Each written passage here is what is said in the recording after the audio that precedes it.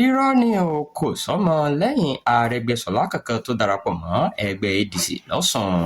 Ẹgbẹ́ òṣèlú African Democratic Congress ti gbẹ́nu àtẹ́lù àhesọ kan tó ń lọ káàkiri pé àwọn ọmọ lẹ́yìn ọ̀gbẹ́ni Rauf Arẹ́gbẹ́ṣọlá ti tún darapọ̀ mọ́ ẹgbẹ́ òṣèlú All Progressives Congress ní ọjọ́ Ẹtì Friday ọ̀sẹ̀ yìí.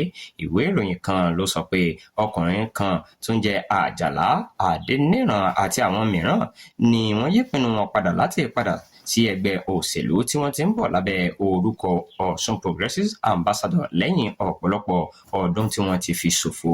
Láti yànnàná ọ̀rọ̀ alukoro ẹgbẹ́ ADC Ọ̀ṣun Abọ́sẹ̀dé Bùsáyọ̀ ṣàlàyé pé Adéníran Àjàlá jẹ́ ọmọ ẹgbẹ́ òṣèlú APC lásán tí iṣẹ́ òṣèlú rẹ̀ sì dúró ní ìpele wọ́ọ̀dù ní agbègbè ìjọba ìbílẹ̀ Odò Ọ̀tìn.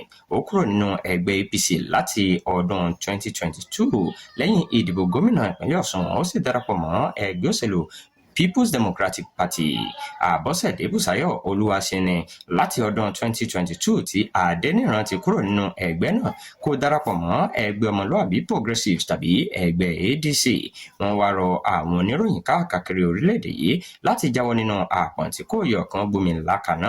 Ó ní ó ṣe pàtàkì fún wọn láti wádìí ohun gbogbo dájú kán sì di èyí tí ó jẹ́ òtítọ́ bẹ̀ mú.